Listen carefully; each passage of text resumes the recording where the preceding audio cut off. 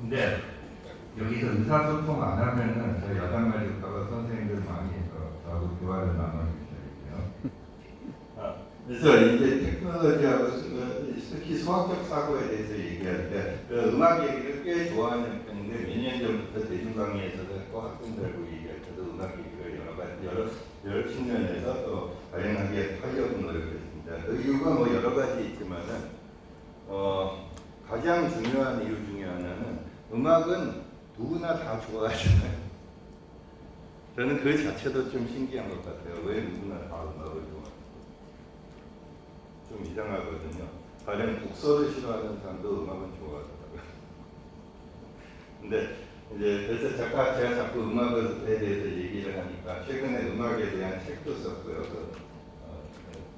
대본님 음악감독 하시는 강성원 선생님하고 대화하는 그걸 책으로 쓰기도 했는데요. 근데 자꾸 그럴수록 제가 활동을 하다 보니까 제가 굉장히 음악을 좋아하는 걸로 생각하는 사람들인데 저는 음악을 좋아하는지는 모르겠어요. 사실. 웬만한 사람은 다 좋아하는 것 같은데 저는 좋아하는지는 잘 모르겠는데 음악에 대해서 궁금하기는 하거든요. 음악에 대한 질문들은 많이 가지고 있어요. 좋아하기보다. 그래서 제가 가지고 있는 질문들을 여기서 좀 공유하고자 하는 거거든요. 그래 아까 한 질문도 그 질문 중에 하나인데 왜 누구나 다 음악을 좋아하는가? 그것도 이제 핵심적인 질문 중에 하나인데, 근데 그 질문에 대해서는 수학적으로 답하기는 굉장히 어려운데 수학하고 관련된 질문들도 굉장히 많은 것 같아서 그 얘기를 하려고 합니다. 특히 제가 이 내용을 가지고 대관전문학회에서도 얘기를 했었는데 그때는 구제를 잘 썼는데 구제가 뭐였었냐면은 음악은 물질인가 정보인가 그런 이상한 질문을 던졌어요. 질문 자체도 이상하죠. 왜 음악에 대해서 물질이고 정보고 이게 도대체 무슨 말인가. 근데 그래서 처음에 제가 그 제목을 붙였었는데 조금 너무 헷갈리는 제목이라는 느낌을 가져서 주최 측에서 좀 망설이시고 그래서 그 제목을 없앴는데 지금 말도 다시 그래서 그 질문은 잊어버리셔도 상관은 없는데 그냥 음악에 대해서 좀 비체계적으로 얘기하는 거다 그렇게 받아들이셔도 아무 상관은 없지만은 약간 염두에 두셔도 괜찮을 것 같아요. 제가 왜 앞에서 떠들고 있는가 얘기하시는 데 있어서 그러면은 그 질문은 말씀드리는 게 좋을 것 같기는 한 게 사실 물질에 대해서 먼저 좀 얘기를 해야 될 것 같거든요. 음악의 물질적인 면에 대해서. 그래서 그 얘기의 준비 과정으로 지금 우리가 얼마나 물질주의적인 세상에서 살고 있는가 토론 조금은 논의를 조금은 하려고 합니다. 물질주의라는 게 무슨 뜻이냐 여기서 돈을 좋아한다는 물질주의가 아니고 물건 좋아하는 것도 이제 물질주의인데 그것보다도 지금 현대 세상에서는 사물을 바라볼 때 사물의 이해, 사물에 대한 설명 이거를 굉장히 물질적인 입장에서 하거든요. 모든 것을 물질적인 것으로 설명하기를 좋아해요. 그게 어떻게 보면 과학이라고 주장을 했어요. 과학이라는 게 무엇이냐? 거의 모든 것을 물질적으로 생각하기 좋아하는 관점이라고 생각할 수 있죠. 예를 들자면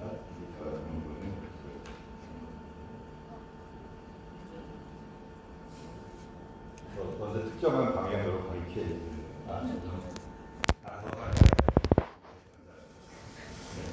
머리가 저쪽에서는 안 되나 그렇군요. 여기로 가리켜야 되는 제가 기술을 사용 못하거든요. 하여튼 가령 예를 들자면은 이제 의학자들한테 물어보면은 표준 모형이라고 하는 게 있는데 표준 모형은 몇 개의 입자를 수록한 다음에 세상 모든 게 적어도 이루어졌다고 주장하는 거예요. 모든 것이 아니면 상도 그렇고 여기 방에 돌아다니는 공기도 그렇고 우리 자신도 그렇고 몇 개의 물질의 입자들을 조합해가지고 전부 다 만들어졌다. 사실 이거 믿어지세요? 과학자들이 그렇다고 하지만 믿기 쉬운 것은 아니잖아요. 그렇지만은 원칙적으로는 전부 다 몇 개의 물질 입자로 모든 것이 이루어졌다. 그걸 받아들이지 않는 과학자는 거의 없는 거죠. 그런 관점에서 지금 우리는 굉장히 물질주의적인 세상에서 살고 있다. 그 말씀을 드립니다. 또 예를 들자면 이것도 이렇게 네, 됐습니다. 우리 자신에 대해서 방금 말씀드렸는데 우리가 뭐로 만들어졌냐 하면은 우리는 세포로 만들어졌다. 그렇죠? 세포는 뭐로 만들어졌다. 세포는 단백질로 만들어졌다. 단백질은 뭐냐? 단백질은 특정한 종류의 고분자다.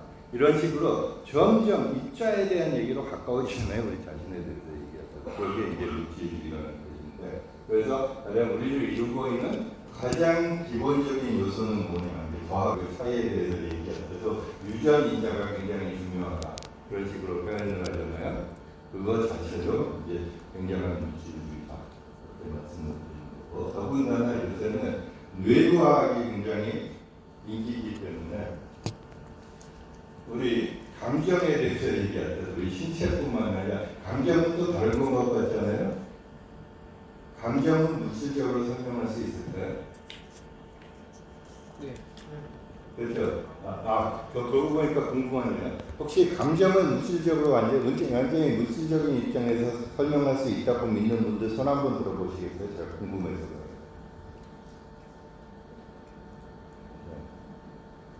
설명할 수 없다고 믿는 분들 손 한번 들어보시겠어요? 네. 양쪽 다 아닌 분들도 많은 것 같네요. 근데 설명할 수 있다고 믿는 분들이나 없는 분들이나 비슷한 것 같아요. 눈으로 봐가지고 진짜. 근데 하여튼 지금 뇌과학의 입장에서는 뇌의 지도만 정확하게 만들 수 있으면은 우리 마음 상태, 감정까지도 완전히 이해할 수 있다고 생각합니다. 뉴런, 뇌세포들, 그것도 굉장한 겁니다. 지금 현대적인 세상과는 세계관은 물질주의적인 세계관이다. 그래서 지금 음악의 물질이라는 것에 대해서 조금 설명을 드리고 있는데, 음악을 바라볼 때 물질적이냐, 그러기 위해서는 이제 음악에 대해서 약간 생각을 해야 돼요. 음악이 무엇인가? 음악이 무엇인가 하는 질문은 굉장히 어렵죠. 근데 거기에 대한 약간 쉬운 답변을 몇 개 드리려고 하는데, 처음에는 정확한 답이라기보다 몇 가지 관찰을 보여드리고, 나중에 또 답에 대해서 얘기하겠습니다. 근데 한 가지 분명한 거는, 그래서 제가 분석이라는 말을 썼는데, 이제 이것도 약간 물질적인 관점인데 분석적인 관점으로 생각드렸는데, 분석이라는 거는 물체가 있으면은 그걸 뜯어 헤치는 거거든요. 파헤치는 거, 무엇으로 이루어졌는가, 그 구성 요소를 이루는 건데, 음악을 들여다보면 거의 대부분 사람들이 동의할 만한 거는 음악은 음으로 이루어졌다. 이건 거의 당연한 말이죠. 음악이 음으로 이루어졌다. 제가 당연한 관점을 몇 개 여러분들하고 공유하려고 그러는데, 그 다음에 4개를 좀 제가 준비했습니다. 또 하나는 음이라는 것은 무엇이냐? 음은 소리의 일종이다. 이것도 동의하세요? 그렇죠. 여러 종류의 소리가 있는데 그중에 특정한 것들은 또 음이라고 부른다. 그렇죠. 그런데 소리는 무엇일까요? 파동이라는 말씀을 하셨는데, 그거 아주 좋은 답인데요. 소리 파동이라는 말은 이제 들어본 분들이 많으실 거예요. 근데 파동이라는 거는 파도라는 거하고 거의 같은 뜻이잖아요. 근데 파도라는 건 이제 물결치는 거라고 파도라고 그러잖아요. 그렇죠? 근데 소리가 파동이라고 하는데, 그거는 어떻게 물결을 치는 거예요?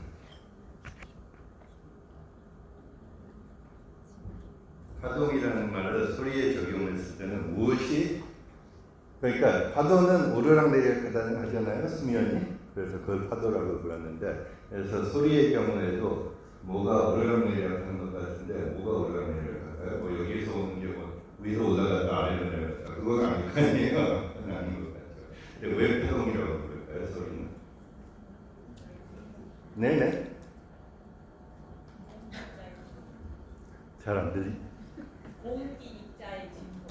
공기 입자의 진동, 아주 좋은 말씀을 하셨는데, 공기 입자의 진동이 어떤 의미에서 파동을 이룰까요?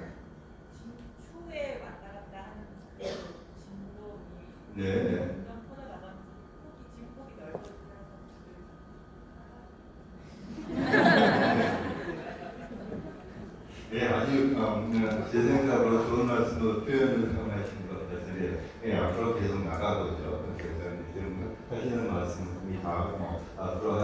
포함되는 것 같은데요. 그러니까 참 제가 이 전화를 잊어버렸는데요. 그러니까 음이라는 것은 저기는 좀 이따 돌아가기로 어차피 한번 잊어버렸다. 제가 여기 슬라이드에다가 뭐를 적은지 그런데 소리라는 거는 이제 이건 제가 이쪽을 갖고 장점을 드리는 건데 공기 압력에 굉장히 빠른 변화예요. 공기 압력에 변화인데 그래서 아까 말씀하신 거하고 연결을 하자면은 이제 소리가 파동이라는 말을 할 때는 뭐가 오르락 내리락 하는 거냐 질문하면은 뭔 것 같아요? 답이 여기 들어있는데 공기 압력이 오르락 내리락 하는 거거든요. 실제로 뭐 어떤 수면이 오르락 내리락 한다는 것이 아니라 압력이 올라가는 거예요. 그걸 소리로 우리가 그래서 실제로 뭐가 움직인다기보다 그러니까 뭐 올라갔다 내려갔다 하는 것을 눈으로 볼 수 있는 것이 아니라 그 압력을 측정했을 때 그 측정값이 올라갔다 내려갔다 하는 것이죠. 이제 그게 소리입니다. 이에 대해서 좀 이따 설명을 드리겠습니다. 그러면 압력은 또 무엇인가? 이거는 비교적 쉬운 질문일 수 있는데요. 압력은 뭐죠? 예? 미는 힘이잖아요. 뭐가 미죠? 공기 분자가 사방에 부딪히는 힘, 이게 압력이잖아요. 그렇죠? 그래서 제가 이제 음악에 대해서 약간 분석적으로 4개의 분자를 지금 공유했습니다.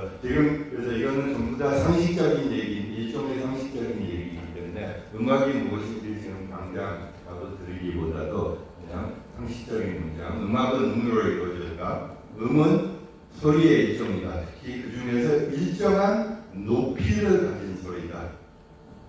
무슨 뜻인지 아시겠어요? 음악에 대해서 얘기할 때는 A음, B음, C음, 도레미파솔 이런 식으로 얘기하고 그러잖아요. C, D 이런 식으로. 그러니까 특정한 높이를 가진 소리를 음이라고 부르고 소리라는 것은 공기압의 빠른 변화, 공기압은 공기 분자가 물체에 흠집는. 그래서 제가 이제 4개의 문제가 약간 거꾸로 가면서 다시 좀 더 자세한 설명을 드리겠습니다. 압력에 대한 얘기, 그 다음에 소리에 대한 얘기, 그래서 음에 대한 얘기를 거꾸로 처음으로 돌아가도록 하겠습니다. 가장 기초적인 압력에 대한 얘기로 시작해서 그래서 압력이 무엇인가 이미 답을 주셨지만은 제가 거기에 대한 이제 역사적인 실험의 그림을 하나 준비했는데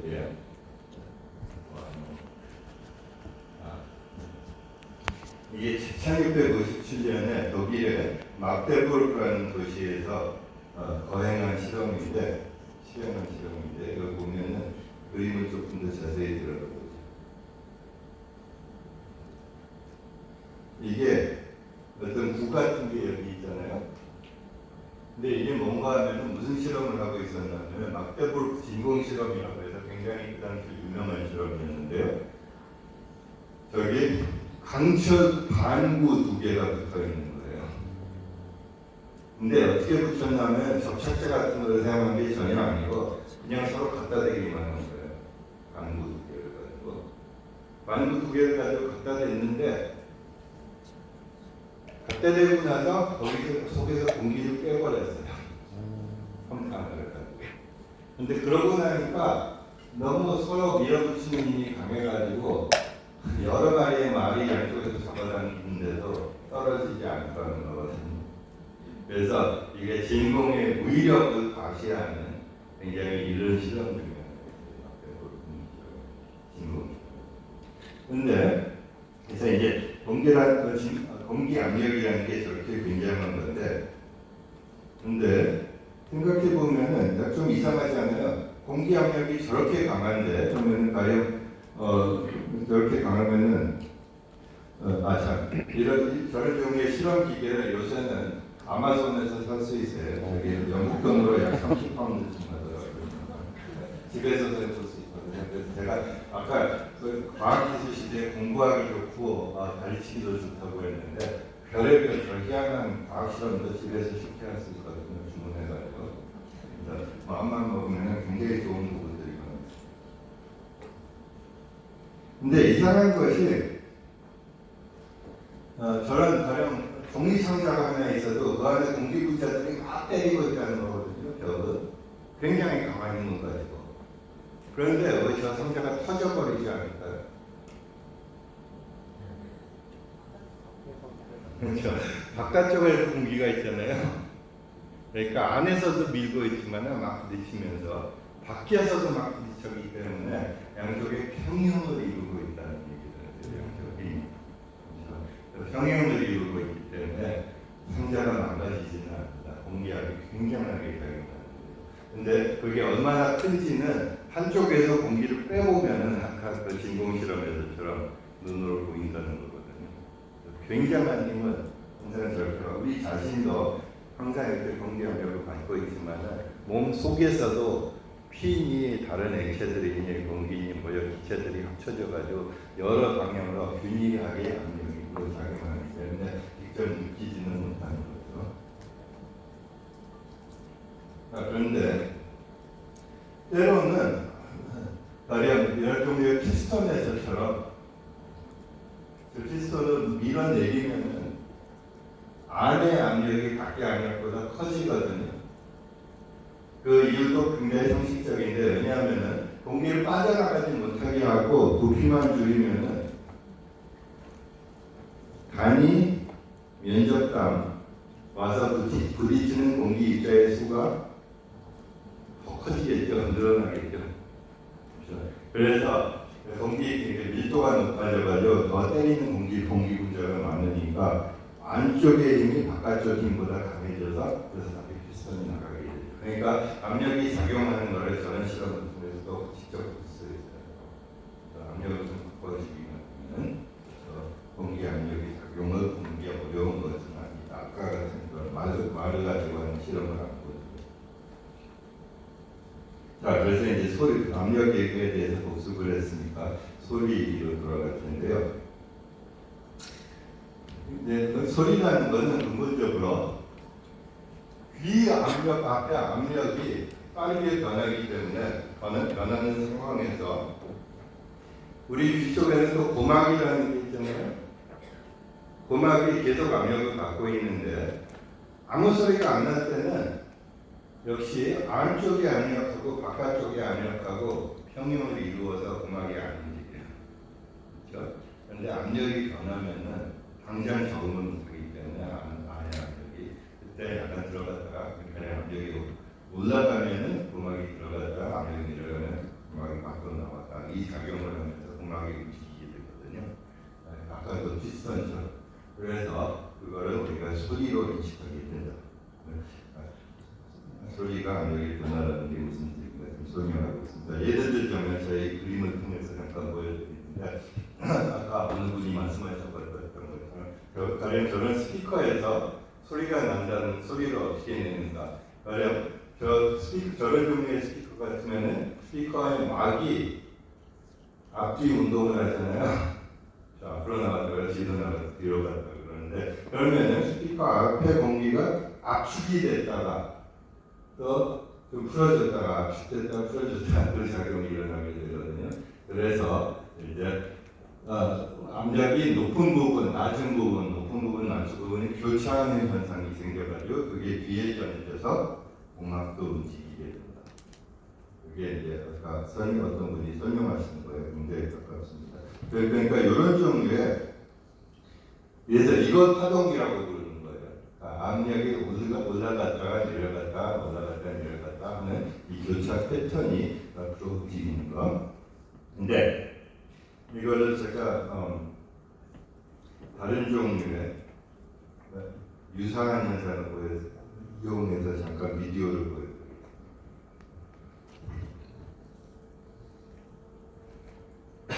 제가 좀 미리 준비한 것 같은데.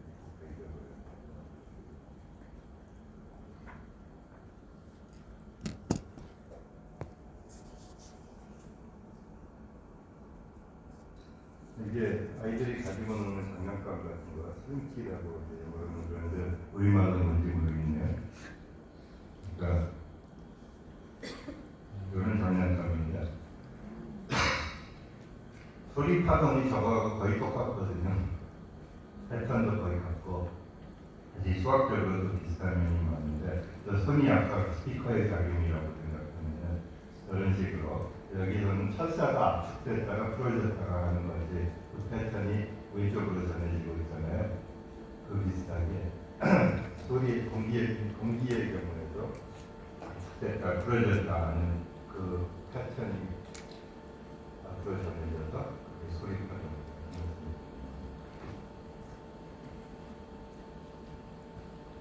그런데 그냥 유튜브에 좋은 게 많죠. 네.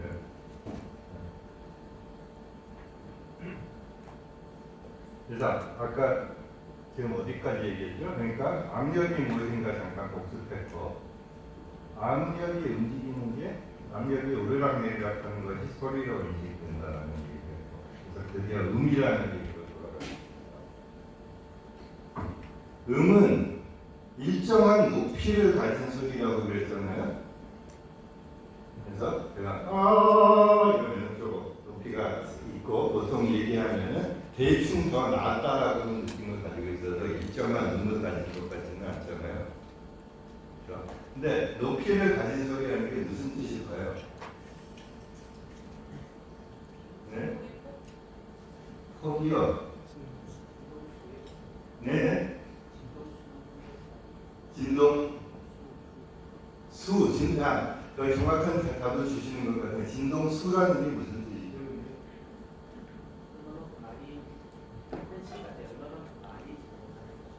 그렇습니다. 그건 이제 되게 높이라는 게 정확히 그건데요. 방금 주신 답을 제가 조금 더 설명하겠습니다. 그러니까 높이라는 거는 요새는 이거 더 물질적으로 더 정확히 표현해서 뭐라고 어떻게 표현을 하냐면은, 그러니까 높이를 가졌다는 것은 특정한 압력 변화 패턴이 반복되고 있고, 그게 얼만큼 빨리 반복되고 있냐, 그 빈도를 측정하는 것이 높이로 해석되거든요. 지금 관점에서는. 그래서 그 빈도를 요새는 주파수라고 불러요. 주파수라는 표현을 씁니다. 그래서 주파수라는 게 가령 중간 A 같은 놈은 주파수가 440Hz라고 보통 그러는데요. 요새는 이런 특정한 주파수를 가진 놈도 인터넷 기계로 쉽게 생성할 수가 있어요.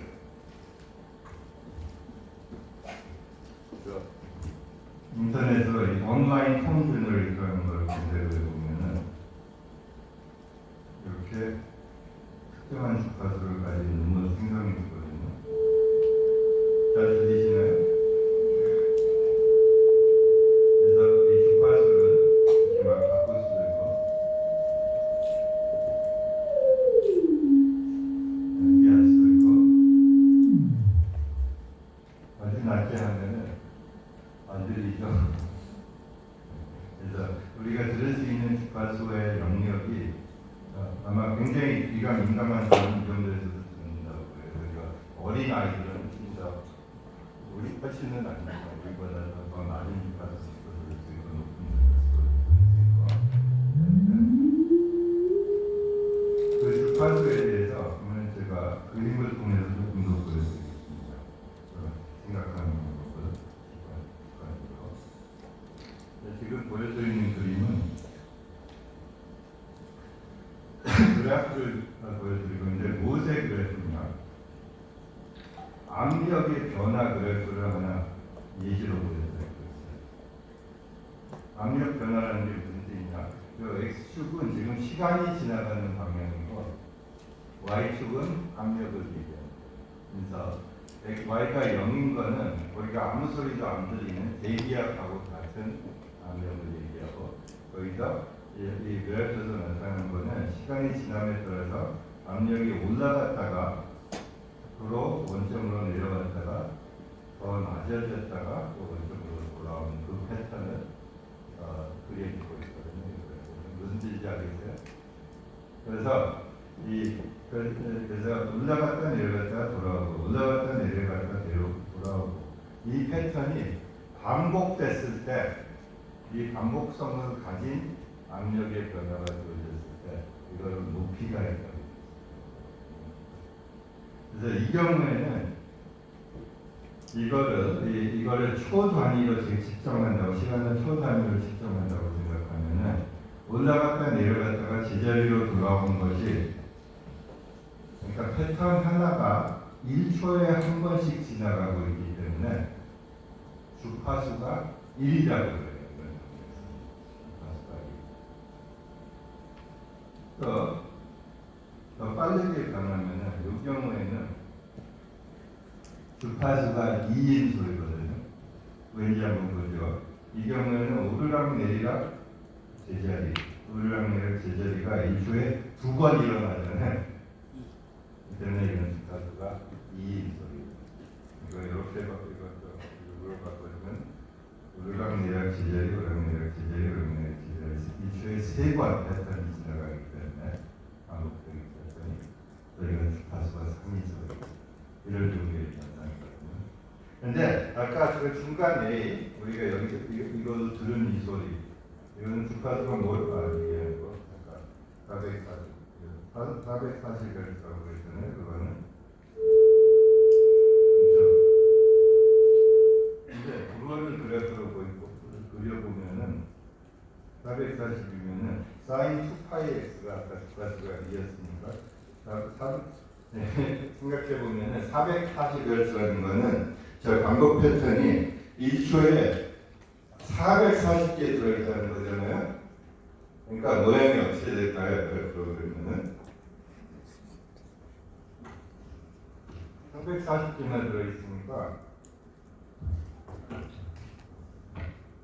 이거를 지금 880파이로 바꿔야 되는데 이렇게 되거든요.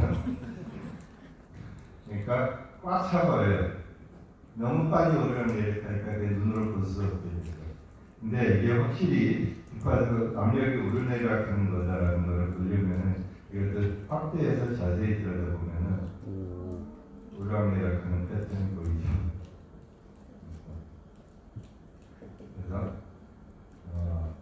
굉장히 빠른 압력의 변화는 이런 식으로 이 그래프로 그리기에도 굉장히 꽉 찬 이렇게가 됩니다. 또 소리에 참 아까 어느 분이 진폭 얘기를 하셨는데 소리의 크기를 바꾸려면 가령 여기다가 2를 곱한다던가 그러면 이게 진폭이 바뀐다는 표현을 하는데요. 가장 높은 압력이 아까보다 2배가 되잖아요. 이렇게 하면 가장 낮은 압력도 마찬가지고 그러니까 이게 더 큰 소리가 2배로 큰 소리가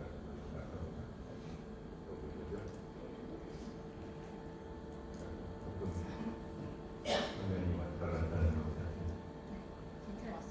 같아요. 네. 자, 그런데 가만 생각해 보면은 여기 눈으로 보이는 이 현상 꽉 차가지고 직접적으로 압력의 오르내림이 눈으로 안 보이는 현상에 우리가 소리를 들으면서 경험하는 거하고 거의 비슷하거든요. 어떤 의미에서냐? 압력이 오르락내리락하면은 우리 귀에 부딪히는 힘이 커졌다 작아졌다는 거잖아요.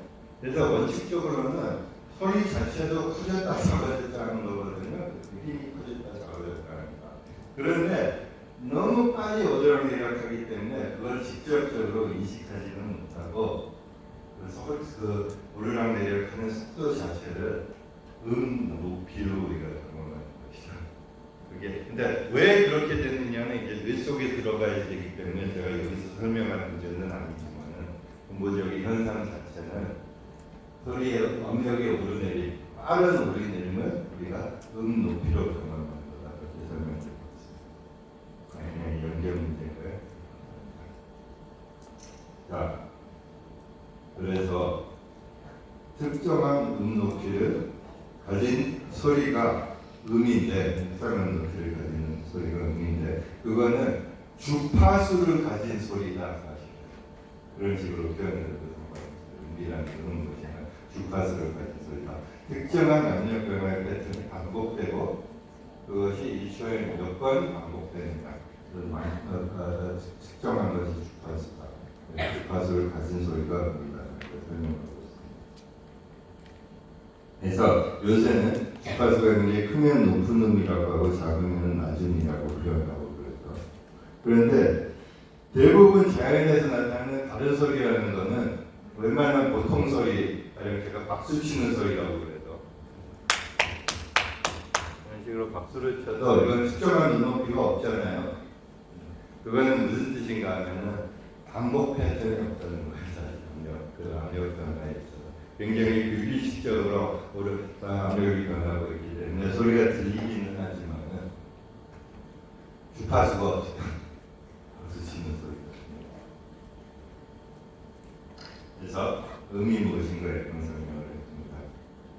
그런데 한 가지 또 재밌는 거는 얘가 수학적으로 분석했을 때는 주파수를 안 가진 소리도 주파수를 가진 여러 소리의 합성으로 생각할 수는 있어요.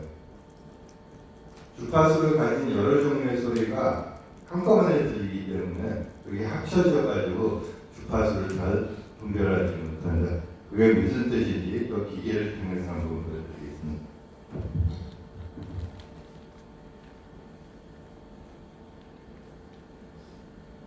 주파수 분석기라는 게 있거든요. 인터넷에 찾아보면 그걸 보여드리는 건데 영어로는 온라인 스펙트럼 애널라이저라고 합니다. 스펙트럼이라는 게 이제 소리를 띄우고 있는 주파수들인데요.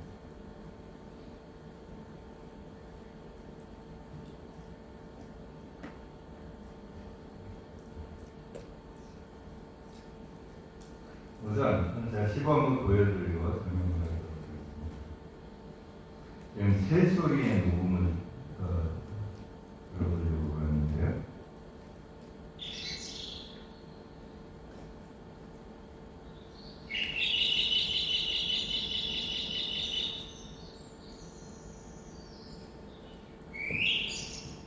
다른 소리도 잠깐 들어보고 이게 고래 소리입니다.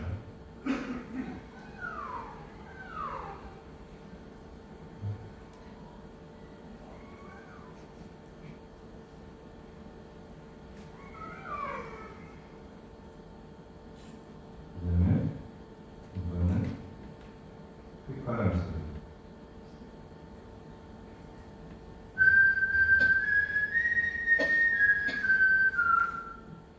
자, 이 기계가 하고 있는 게 뭔지 잠깐 설명해 보죠.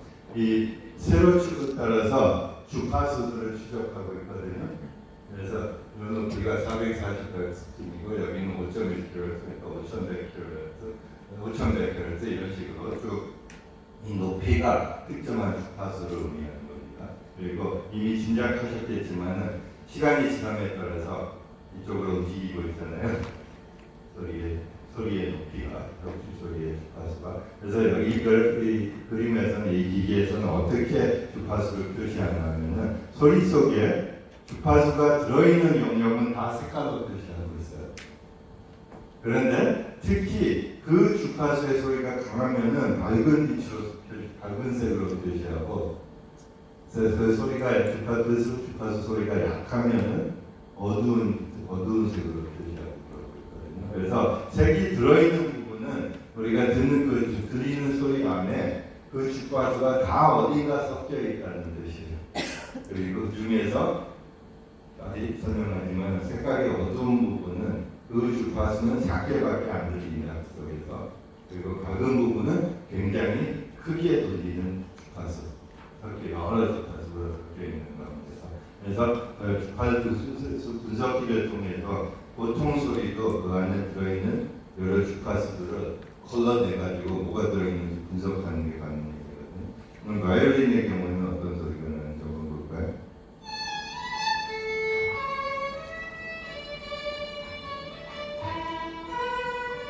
이 경우에는 어떤 주파수가 있고 그것에 2배, 3배, 4배, 5배 되는 이런 주파수들이 다 섞여 있거든요. 바이올린의 경우에는 이것들을 보통 사람들이 배음이라고 합니다. 그래서 보통 바이올린 소리를 들을 때는 특정한 주파수가 들리기도 하지만 그것보다 조금 더 작게 2배 되는 주파수도 들리고 3배 되는 주파수도 들리고 그 가운데 잡음도 섞여 있고 이렇게 표시돼요. 그러니까 이런 종류의 기계를 통해서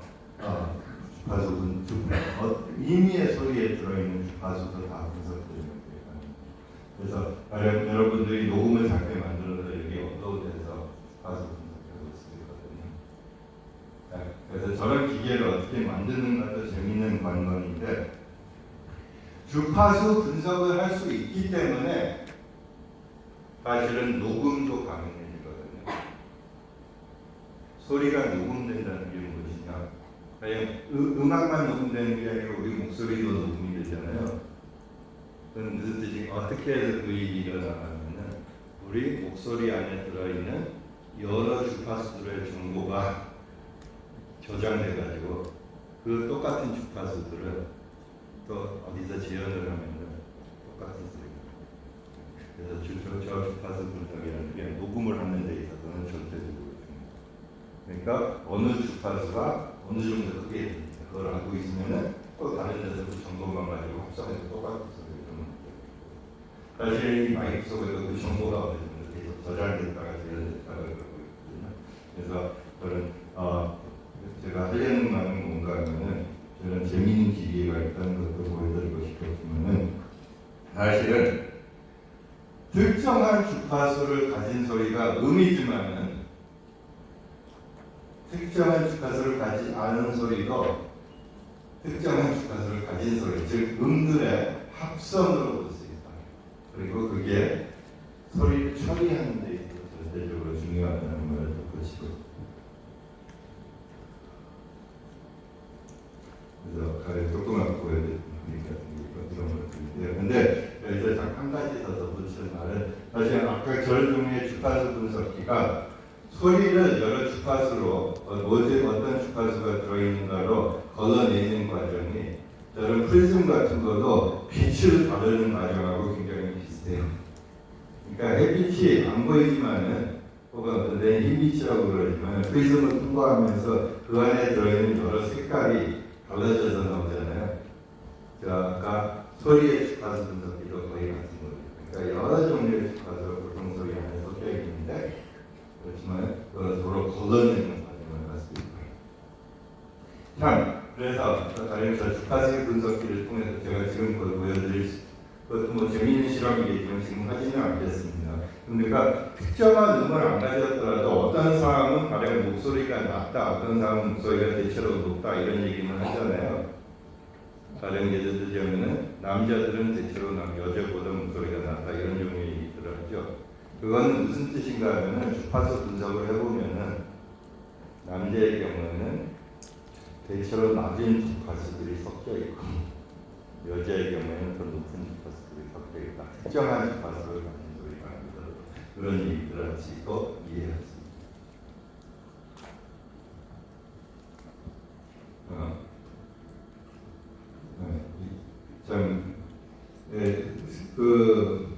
우리가 경험하는 많은 음들은 사실은 반복하는 패턴이 아까 보여드린 그 똑같은 패턴일 때는 없어요. 다른 패턴들도 가능하거든요. 제가 보여드린 주파수 그 소리들은 사인 함수를 따라서 압력이 변화하고 있는데 사실은 이런 네모 함수 같은 압력의 변화도 볼 수 있고 세모 함수, 톱니 함수 이런 것들의 변화도 똑같은 주파수를 가진 소리로 가능하기 때문에 그런 것들이 음질이 다를 뿐이지 주파수가 같은 현상들을 많이 볼 수 있거든요. 그래서 아까 그 기계를 잠깐 보여드리자면은 이 톤 제너레이터도 보면은 지금 그냥 들리는 소리는 이거는 사인 함수의 형태로 압력이 변화하고 있지만은 그걸 바꿀 수가 있어요. 지금 네모 함수의 변화 형태로 바꾸면은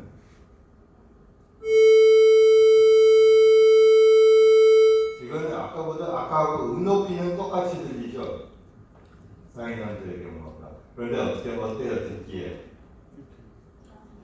듣기 싫잖아요. 더 날카로운 소리가 들리죠.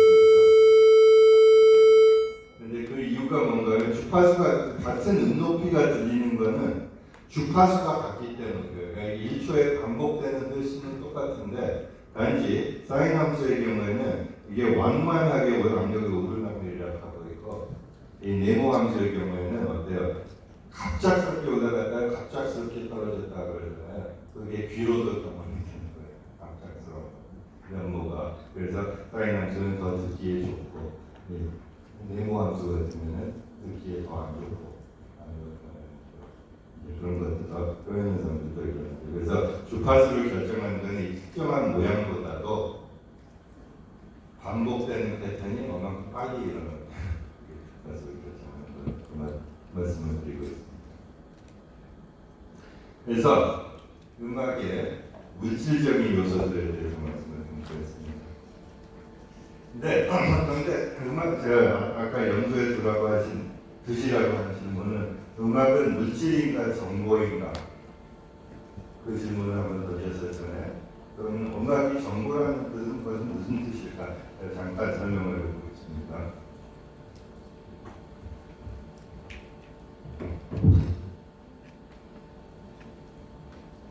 여기 지금 피아노하고 바이올린 사진을 보여드리고 있잖아요. 잠깐 당연한 거지만 잠깐 같이 들어보도록 할게요.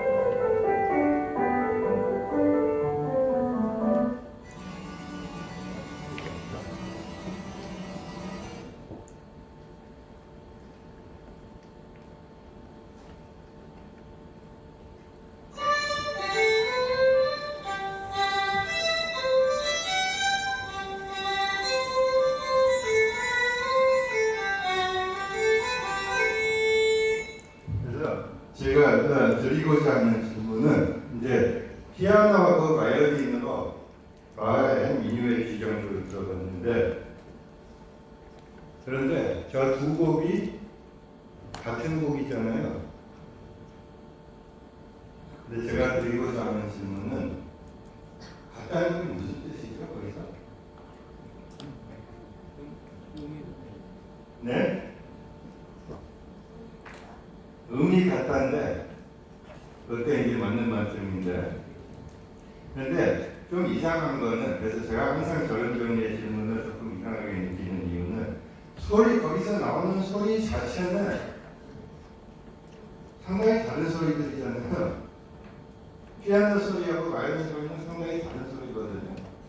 그럼에도 불구하고 저렇게 구성해서 두 개를 따로 연주하면 뭔가 같다고 느끼잖아요.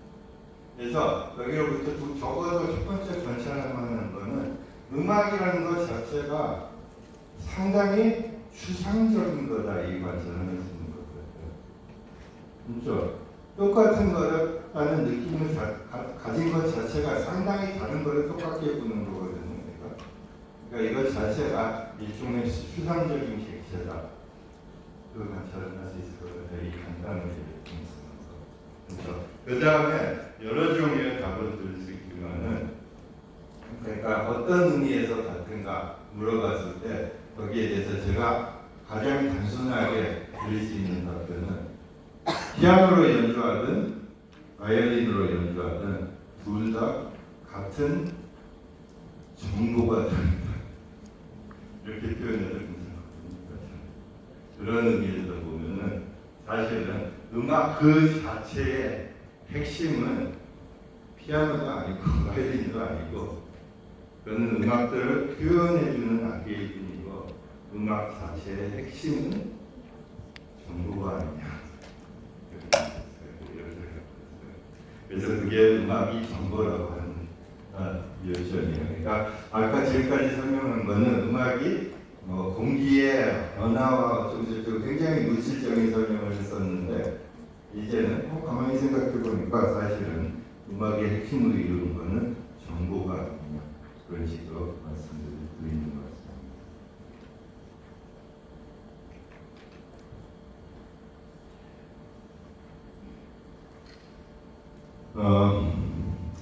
여기에 이런 종류의 음악의 정보적인 면모를 나타내는 현상이 굉장히 많은데 그 중에 또 제가 간단한 예를 하나